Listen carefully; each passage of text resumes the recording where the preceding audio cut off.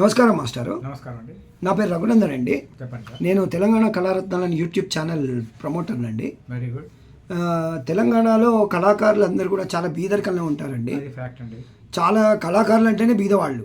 కళాకారులకు కూడు గుడ్డ నీడ ఏర్పాటు చేయాలి. ప్రభుత్వాలు ప్రజలు అందరూ కూడా ఆకర్షించాలి.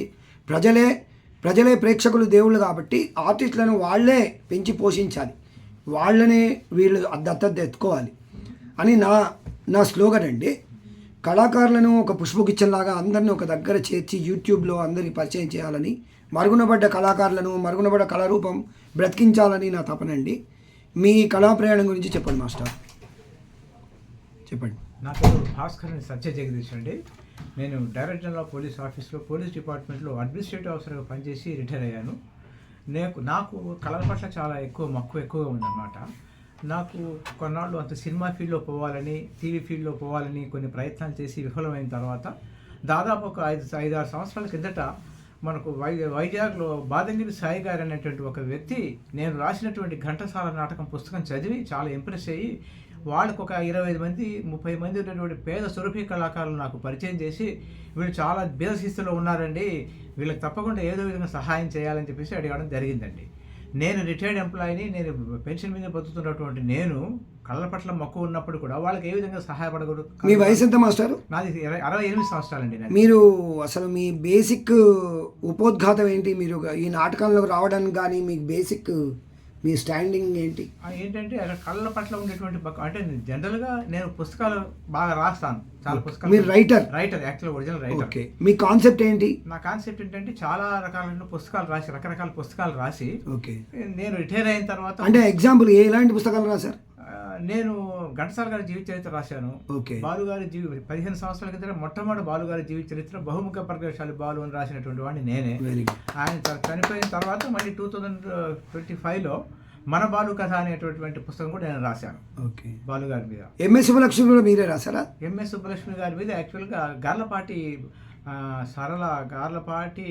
అమ్మాయి ఒక ఆమె రాసింది పుస్తకం. గార్లపాటి సరళ అనేది పేరుంది. అంటే మీరేమైనా ఈ ఎంఏ తెలుగు లిటరేచర్లో ఏమన్నా మీరు ప్రావీణ్యం ఉందా మీకు? సాహిత్యం మీద మాకు నేను చదివింది బీకామ్ చదివానండి. చదివిన తర్వాత సర్వీస్ కమిషన్ ఎగ్జామినేషన్ ద్వారా కానీ మీరు ఈ సైడ్ రావడము, ఇలాంటి పెద్ద పెద్ద వాళ్ళందరికీ మీరు నాటకాలు రాయడం అంటే చాలా చాలా పెద్ద. అవునండి. చాలా పెద్ద రిస్క్ టేకింగ్. అవునండి. చాలా మంచి సబ్జెక్టు మంచిదే కానీ చాలా కష్టం.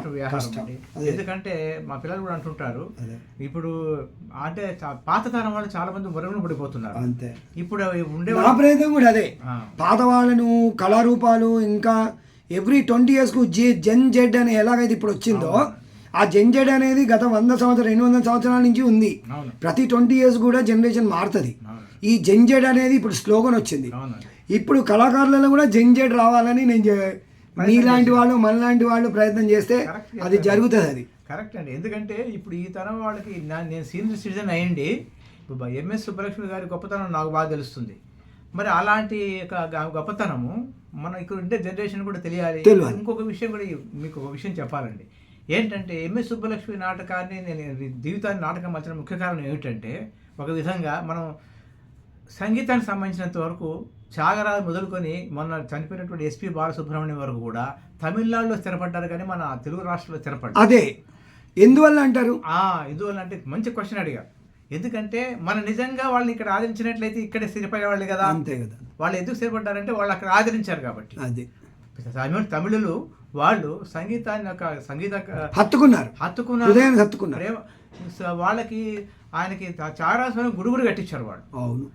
లక్కీగా ఏంటంటే ఈ మధ్య కాలంలో మనకి ఎస్పి బాలసుబ్రహ్మణ్యం గారి విగ్రహం కూడా మన రవీంద్ర చెప్పేసి సంతోషకరమైన వార్త.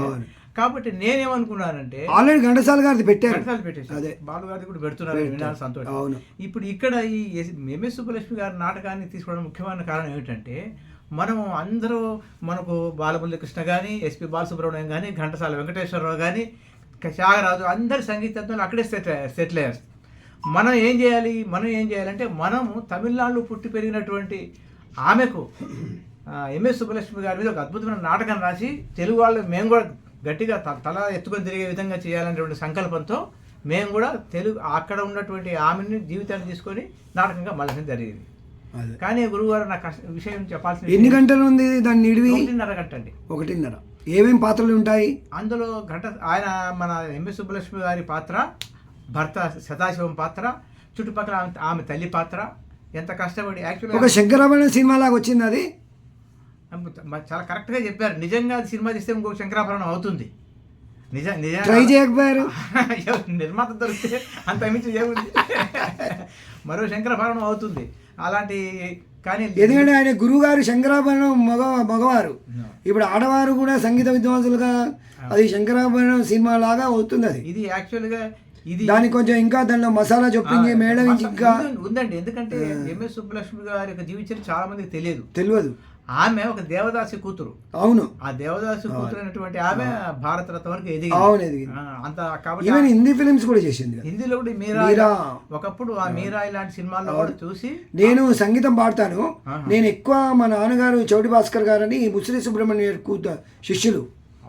ఆయన మద్రాసులో, ఆయన ఇక్కడ దాదాపు 4 ఏళ్ళు నేర్చుకున్నారు ఆయన దగ్గర. అయితే అక్కడనే సెటిల్ అయ్యారు. కానీ ఇక్కడ తెలంగాణ ఉద్యమంలో ఆయనకి ఇక్కడ ఉద్యోగం వచ్చింది అప్పుడు పివి నరసింహారావు గారి ద్వారా వచ్చింది అన్నట్టు. అయితే మా నాన్నగారు ఏ టాప్ గ్రేడ్ ఆర్టిస్టు, సంగీత విద్వాంసులు, మద్రాసు బాణి అయినది. సో మా నాన్నగారి దగ్గర నేను నేర్చుకున్న సంగీతం, ఎంఎస్ గారిది సంగీతం సేమ్ ఇంచుమించు ఒక ధారలాగా ఉంటుంది. అది కావేరీ ధార అంటారు కదా, అదొక ధార. అది మళ్ళీ ఆంధ్రప్రదేశ్ వేరు సంగీతం, బాణి ఘరానా అంటారు దాన్ని. సో ఇప్పుడు ఇంకా ఏమేం చేశారు మాస్టర్ మీరు? ఇప్పుడు అంటే ఈ పాత వాళ్ళ జీవిత చరిత్రలు ఈ తరానికి తెలియజేయాలనేటువంటి ముఖ్య ఉద్దేశంతో ఆ నాటకాలు కూడా ఏంటంటే ఈ పేద సురభి కళాకారులకు సహాయం చేయాలి. నాటకాల ద్వారా వాళ్ళకు కూడా ఏదైనా కొంచెం జీవనోపాధి కల్పించాలనే ఉద్దేశంతో ఘంటసాల వెంకటేశ్వరరావు గారి యొక్క జీవిత చరిత్ర తీసుకుని నాటకంగా మలిచి. ఎన్ని రోజులు ట్రైనింగ్ ఇచ్చారు అది పట్టడానికి? ఘంటసాల దానికి కొంచెం ఎక్కువ రోజులు తీసుకున్నానండి. ఎందుకంటే వాళ్ళు దానికి ట్రైనింగ్, డైలాగ్ డెలివరీ అవన్నీ పాత్రలు ఎవరు? మీరేనా డైరెక్షన్ సెలెక్ట్ చేశాను మొత్తం? నేనే చేశాను. మీరే మొత్తం డైరెక్షన్, దాన్ని ప్రజెంట్ చేయడానికి మొత్తం చేయడానికి, డైలాగ్స్ రాయడం, వాళ్ళని నేర్పించడం అన్ని కూడా. అంటే ఎందుకంటే వాళ్ళు 140 సంవత్సరాల చరిత్ర గల వాళ్ళకి పౌరాణిక నాటకాలకు అలవాటు పడ్డారు. అవును. అయితే ఇది సాంఘిక పాత్రలు వచ్చేసరికి అంటే దానికి చాలా డిఫరెన్స్, కల్చర్ ఎక్కువ ఉంటుంది. కల్చర్ ఎక్కువ ఉంటుంది కాబట్టి వాళ్ళే చేయగలరు, సాంఘిక వాళ్ళు చేయలేరు.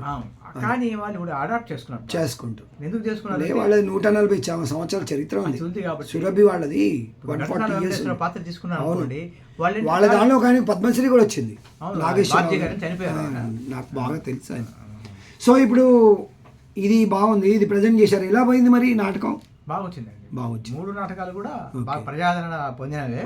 నా ఇదేంటంటే ఇది ఈ యొక్క ఎంఎస్ సుబ్బలక్ష్మి గారి నాటకాన్ని మేము చెన్నైలో వేయించాలనేది నా ప్రయత్నం. ఓకే. మరి లాంగ్వేజ్ ప్రాబ్లమ్ తెలుగు వాళ్ళు ఎక్కువ మంది ఉన్నారు కదా, సంగీతం అనే దానికి లాంగ్వేజ్ ప్రాబ్లం ఉంటుంది.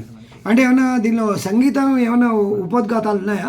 సంగీతం ఎందుకు, ఆ పాడిన పాటలు ఏవైతే ఉన్నాయి ఆమె పాడిన పాటలే ప్లేబ్యాక్ గా వస్తాయి. ఓకే. ఎంఎస్ సుబ్బలక్ష్మి గారు ఏదైతే పాటలు పాడారు సందర్భానికి అనుకూలంగా ఆమె పాటలే. Okay okay.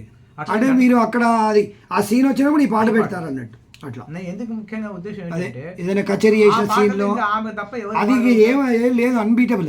అట్లనే ఘంటసాల వెంకటేశ్వర దాంట్లో కూడా అదే అంతే, అన్బీటబుల్. లేరు, పుట్టరు ఇంకా. అలాగే మొహమ్మద్ రఫీ, అలాగే కిషోర్ గారు, అలాగే బాలు గారు, వాళ్ళంతా కారణ జన్ములు. అందుకని నాకు అదృష్టం మిమిక్రీ వాయిస్ కాదు, అది ఒరిజినల్ వాయిస్. ఇప్పుడు మనము ముఖ్యంగా ఇంకోటి ఎంఎస్ సుబ్బలక్ష్మి గారు నేను కళ్ళు మూసుకొని వింటే నాకు ఏ దేవుడి మీద పాట పడుతుందో ఆ దేవుడు ప్రత్యక్షం అంటే అలాంటి పవిత్రమైన భావన వస్తుంది, పవిత్ర భావన. సో ఇంకా ఫ్యూచర్ ప్లాన్స్ ఏంటి మరి? ఫ్యూచర్ ప్లాన్స్ అంటే ఎస్పీ బాలసుబ్రహ్మణ్యం గారి జీవితం మీద కూడా ఒక నాటకం రాయాలనుకున్నా. అంటే దీన్ని ప్రజల్లోకి ఇంకా తీసుకెళ్ళాలి కదా. ఈ 2 నాటకాలు ఇంత కష్టపడి ఏదో 30-20 నాటకాలు వేసి ఊరుకోవద్దు కదా. ఊరుకోవద్దంటే ఇక్కడికి మాకు ఇది ఏదంటే సార్, ఇది 25-30 మంది తీసుకొని స్టేషన్ ఘనపూర్లో ఉంటారు వీళ్ళందరూ. 30 కిలోమీటర్ దూరంలో ఉంటారు. వీళ్ళందరికీ రిహార్సల్స్ అక్కడి నుంచి ఇక్కడ నేను తీసుకురావాలి, 3 పూట భోజనాలు పెట్టాలి, రిహార్సల్స్ ఇవన్నీ చేయాలి.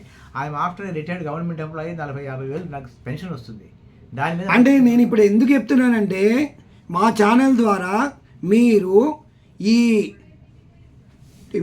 ఈ ప్రజలకు కానీ, ప్రేక్షకులకు కానీ, ఎంఎస్ సుబ్బలక్ష్మి గారి భక్తులకు కానీ, ఘంటసాల గారి భక్తులు కానీ, వీరందరూ ఎవరైనా ఈ వీడియో చూస్తే దీన్ని ఒక 200 ప్రదర్శనలు ఇవ్వడానికి మీకు ఆర్థిక సహాయం మంజూరు చేయాలని నేను అప్పీల్ చేస్తున్నాను. చాలా సంతోషం. మీరు కూడా అప్పీల్ చేయండి.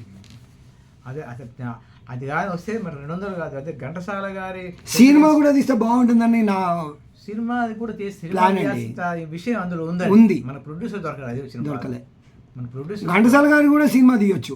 ఎవరు తీశారు? ఎన్టీ రామారావు గారిదే తీసినప్పుడు ఈయనది కూడా ఎందుకు తీయరా? ఇప్పుడు కదా. ఇంకోటి ఏంటంటే అంటే వారిది కాంపిటీషన్ కాదు. ఇంకోటి సార్, ఇప్పుడు కాంతారావు గారు ఉన్నారు, ఆ. తెలంగాణ నుంచి ఏకైక కథానాయకుడు. అవును. ఆయన వర్ధంతి సందర్భంగా నేను డబ్బులు ఖర్చు పెట్టుకుని మొన్న 16వ తారీఖు నేను అక్కడ పోయి చేశాను. ఇది యాక్చువల్గా చెప్తున్నాను, ఏం దయచేసి ఏమనుకోవద్దండి.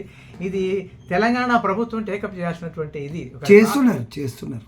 మొన్న 16 చేశారు. మొన్న 16వ తారీఖు ఆయన బర్త్డే, 103వ బర్త్డే. అదే చేసిన వాడిని చేశారు, ఇక్కడ చేశారు, చాలా కాన్సెప్ట్లు ఎవరో చేశారు. అంటే ఆయన నాటక రూపంలో ప్రదర్శించినటువంటి వాడిని నేను ఒక్కడనే. ఈ ఎంతో మంది ఉన్నారు, మీరు కూడా చేశారు. నేను ఎందుకంటే ఇక్కడ ఉంటున్నా చూస్తాను, చేస్తున్నారు. అయితే ఒకటి, ఉడతా భక్తిగా భక్తులు ఎంతోమంది ఉన్నారు భగవంతునికి. కాబట్టి మీరు కూడా ఒక పాత్రగా భక్తులే, మీరు కూడా వారికి భక్తులుగా మీరు చేశారు. I salute you and congratulations. And ఇప్పుడున్న యూత్కి ఏం చెప్తారు? అంటే యూత్కి ఏం చెప్తానంటే, ఈ నాటకాల ద్వారా అంటే మనము ఏం చెప్తానంటే యూత్కి, సినిమా కంటే కూడా టీవీ కంటే కూడా నాటకం చాలా గొప్పది. ఎందుకంటే సినిమా మన జీవితానికంటే ఎక్కువ చూపిస్తుంది, ఓకే. టీవీ మన జీవితాల కంటే చిన్నగా చూపిస్తుంది, ఓకే. కానీ ఒక నాటకం మాత్రమే మన జీవితాన్ని ఉన్నది ఉన్నట్టుగా చూపిస్తుంది. మళ్ళీ ఒకసారి చెప్పండి. సినిమా మన జీవితం కంటే పెద్దగా చూపిస్తుంది సినిమా. ఓకే. టీవీ మన జీవితాన్ని చిన్నగా చూపిస్తుంది, ఓకే. కానీ ఒక నాటకం మాత్రమే మన జీవితాన్ని ఉన్నట్టుగా చూపిస్తుంది. అనుభవంతో చెప్పారు మీరు. అనుభవం చెప్తున్నాను. అంటే మనకు ఇంకోటి కూడా ఏంటంటే, ఒకసారి కాదు 10 సార్లు ఒక సీన్ తీసుకోవచ్చు. మీరు ఇంకా ఏమేమి నాటకాలు డైరెక్షన్ ఇచ్చారు? ప్రస్తుతానికి ఈ 3 నాటకాలు పాత వాటిలో ఇది నాటక పరంగా ఈ 3ఏనండి. ఘంటసాల ఒకటి, కాంతారావు గారు ఒకటి, తర్వాత ఎంఎస్ సుబ్బలక్ష్మి ఒకటి. అదే ఎన్టీఆర్. అంటే మీ యంగ్ డేస్లో ఎలాగా చేశారు మీరు? యంగ్ డేస్లో అంటే డిపార్ట్మెంట్లో పనిచేయడం వల్ల బుక్స్ రాసుకుంటూ ఉండేవాడిని తప్పించి, ఈ నాటకాల మీద నిజం చెప్పాలంటే ముందు నుంచి కూడా నాకు అంత అవగాహన లేదు. ఒక విధంగా నాకు చిన్న చూపు కూడా ఉండేది. ఎందుకంటే నాకు వెరీ మచ్ ఇంట్రెస్ట్ ఉంటే సినిమా ఫీల్డ్, టీవీ ఫీల్డ్. కానీ ఇది నాటకంలో ఒక రుచి చూసిన తర్వాత, దాని గొప్పతనం తెలిసిన తర్వాత, అంటే ఆన్ ది స్పాట్ మనకు ఈ నాటకం ద్వారా ఇప్పుడు ప్రజెంట్ యూత్కి ఏం చేయాలి అంటే, టాలెంట్ ఎక్కడ ఉంటే అక్కడ ప్రేక్షకులు ఉంటారండి. నా స్లోగన్ అది. టాలెంట్ ఉంటే మాత్రము ప్రేక్షకులు కంపల్సరీగా హై ఆర్ట్ చాలా మంది వస్తారు. చాలా అది మీతో కూడా నేను ఈ విషయాన్ని ఏకీపిస్తున్నాను. ఎందుకంటే టాలెంట్ లేని వాళ్ళు సగం మిడిమిడి జ్ఞానంతో చేస్తే అది ఫ్లాప్ అవుతుంది, అంతేగాని అది మీకు చెప్పింది 100% కరెక్ట్. ఎందుకంటే నేను మాకు వాసవి బృందం అపార్ట్మెంట్స్లో ఉంటున్నప్పుడు ఘంటసాల నాటకం వేసినప్పుడు ప్రతిరోజు వాక్ చేసేవాళ్ళు ఒక 10-15 మంది సాఫ్ట్వేర్ ఇంజనీర్స్ చూసిన తర్వాత మరుసటి నన్ను కలిశారు. ఎంత అద్భుతమైన నాటకం వేశారు అంటే, మీరు సాఫ్ట్వేర్ యంగ్ జనరేషన్ కదా, ఏదో పాత ఆయన్ని గురించి మీరు నేను మాట్లాడుతుంటే మీరు ఎలా అంత తొందరగా ఎట్లా రియాక్ట్ అవుతున్నారా అన్నాడు. వాళ్ళు అదే అన్నారు, మీరు చెప్పిన ప్రకారం ఏదైనా మీరు చూపించే విషయం ఇంట్రెస్టింగ్గా చూపించాలి, మమ్మల్ని అట్రాక్ట్ చేసే విధంగా చూపించేస్తే ఏదైనా కూడా మేము విషయం ఇచ్చేస్తామండి. కరెక్ట్గా మమ్మల్ని యొక్క యూత్ నస పట్టుకోవాలి, వాళ్ళ నాడి నరం పట్టుకోవాలి వాడి యూత్. అందుకని ఇప్పుడు ప్రెసెంట్ నేను ఒక సీనియర్ సిటిజన్గా 68 years వాళ్ళకి ఉండగా, ఇప్పుడు వీళ్ళ గొప్పతనము, ఎంఎస్ సుబ్బలక్ష్మి గారి గొప్పతనం కానీ, ఘంటసాల గారి గొప్పతనం కానీ, కాంతారావు గారి గొప్పతనం. కాంతారావు గారు ఎక్కడైతే నల్లకుంటలో ఉన్నాడో వాళ్ళ ఇంటి దగ్గరే ఉండేవాడిని నేను. అదే ఆయన గొప్పతనం తెలుసు నాకు. అదే కాబట్టి ఇలాంటి వాళ్ళు గొప్పతనాలు మనమన్నా ఎవరో ఒకరు, అంటే ఇందులో ఇంకోటి డబ్బు ఉన్నవాడు ఎవరు ముందుకు రారు, స్టేటస్ ఉన్నవారు ఎవరు ముందుకు రారు, మనలాంటి అభిమానులే ముందుకు వస్తారు. అంతే, సంకల్పం గొప్పది కాబట్టి భగవంతుని కృప వల్ల ఇట్లా. ఓకే మాస్టర్, మీరు నాకు కొన్ని కొత్త విషయాలు మీతో మాట్లాడడం వల్ల నేర్చుకున్నాను. మీరు నాకంటే పెద్దవారు కాబట్టి నా నమస్కారాలు. I salute your cause for the upliftment of the నాటకం of very important personalities like MS గారు. బికాజ్ ఇది ఎవరు టచ్ చేయరు. ఏమైనా భార్యాభర్తలు, పిల్లలు, అన్నదమ్ములు, ఫ్యామిలీస్ గురించి టచ్ చేస్తారు, కానీ ఇలాంటి ఎవరు టచ్ చేయరు. అంటే జీవిత చరిత్రల మీద చేయడం అనేది చాలా కష్టం. అంటే పాత్ర ఏమాత్రం. You are very adorable and I appreciate and I pray to God for your good health and good luck to you. And ప్రజలు కూడా ఇంకా మీలాంటి వాళ్ళని ఇంకా ఎంకరేజ్ చేసి ప్రేక్షకులు కూడా బాగా ఇట్లాంటి నాటకాలు చూడాలని నేను కూడా విజ్ఞప్తి చేస్తూ నాకు మీరు సమయం కేటాయించి టైం ఇచ్చి ఇంటర్వ్యూ ఇచ్చినందుకు ధన్యవాదాలు మాస్టారు. నమస్కారం. మీ టెలిఫోన్ నెంబర్ చెప్పండి. 87-121-53417. మళ్ళీ ఒకసారి. 87-121-53417. సో మా ఛానల్ గురించి మీ అభిప్రాయం ఏంటి? అంటే మరుగున పడ్డ ప్రేక్షకులు కళాకారుల గురించి ముఖ్యంగా అంటే నేను పడుతున్న కష్టాన్ని రికగ్నైజ్ చేయడం అనేది నాకు చాలా సంతోషం, ఆనందం కలిగిందండి. ఫస్ట్ మీ ఛానల్ ద్వారా ఏంటంటే ఇంకా ఏమంటున్నారు మీరు 200 ప్రదర్శనలు ఇప్పించాలని ఎప్పుడైతే మీరు అన్నారో ఒక రకమైనటువంటి సంతోషం, ఆనందం కలిగింది నాకు.